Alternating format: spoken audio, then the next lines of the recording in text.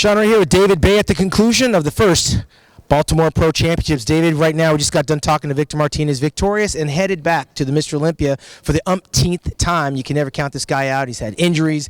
He's had to sit out, and now he's back. Yeah, and back in a big way. I mean, this was a really good showing for Victor. I would say the closest that we've seen him to his 2007 form, arguably the best that we've ever seen him since then. You know, he was full, he was lean, could probably use just a tad more detail for the Olympia, but Victor came back in a big way, got the win for it, and a hefty paycheck included. Now, how about the naysayers that say you're only as good as the guys you stand next to? But however, this was an open and shut competition, it seemed like, from the beginning to the end. Yeah, it was a good lineup. You know, when this show first got announced, you never know who's going to show up at these first-year shows. You're going to get one or two good guys. You're going to get a good lineup. It was a good lineup. He wasn't facing a bunch of slouches. You had Akeem Williams, Michael Lockett, Max Charles. I mean, so these are guys that are entering shows and placing top five in essentially all the shows they're entering. So he didn't have an easy win. No, and he mentioned the return of Kevin Levrone and what an honor that's going to be to stand next to him. But he's going to have to stand next to Phil Heath and Dexter Jackson and Shawn Rhoden. A lot of guys that have been doing the business right alongside him. This is a former first-time Olympia runner-up back in the day.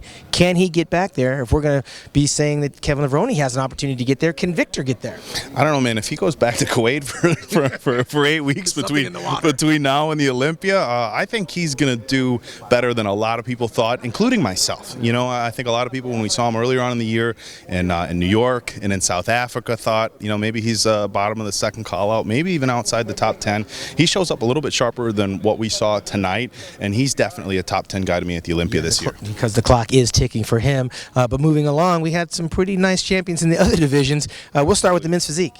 Men's physique, Andre Ferguson. Again, not a real deep list of competitors as far as the men's physique goes. Andre was the guy that jumped off the list as far as a favorite. No surprises there. He walked away the winner, qualification for the Olympia as well. And was there a surprise in the bikini? Because I thought they were all winners in that division. However, only one can win. I'm not an expert in that division, but apparently you are. So tell me about the champion. I've been to enough shows to kind of be able to pick and choose, you know, along with the judges. Jennifer Ronziti, your champion from Toronto about a month ago or 6 weeks ago or so.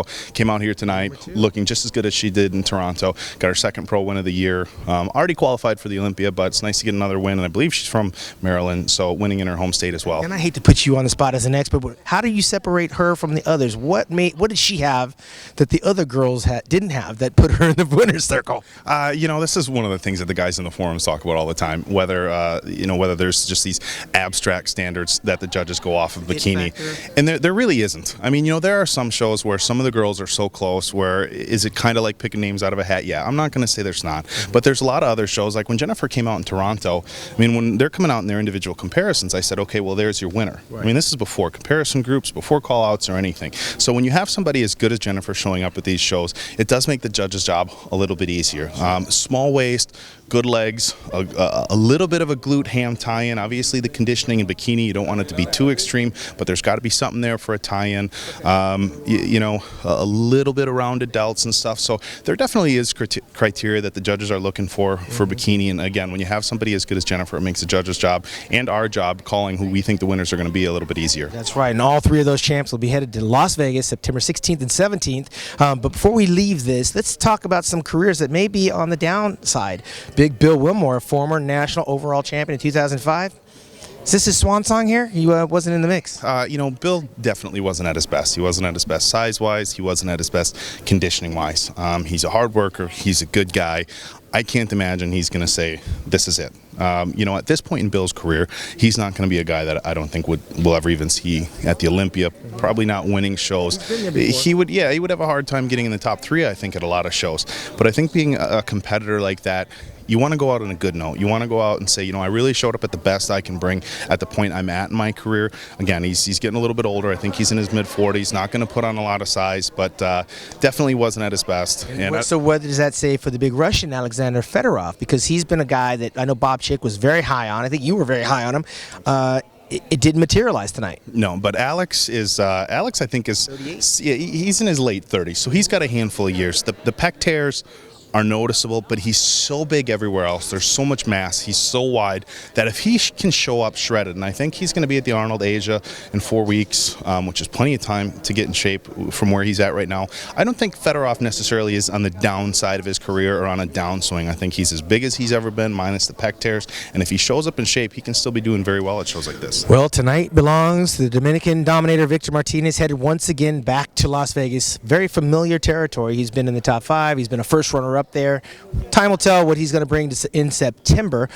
Big congratulations to Boris for taking on this show and adding these 3 contests and having $84,000 flushed back into these athletes' pockets just on the basis of them dieting and training to try to get to the Mr. Olympia Championships. But there's only 3 people that are really happy here, and those are the ones headed to Las Vegas. Right now, we are headed to Las Vegas. 1 week from tonight, we'll be there covering the USA NPC Championships put on by John Lindsay. Make sure you follow us next week right here at www.musculardevelopment.com, where we'll bring you all the play-by-play, all the photographs, and all of Dave's expert picks in the bikini round. For David Bay, I'm Shawn Ray right here in Baltimore, Maryland.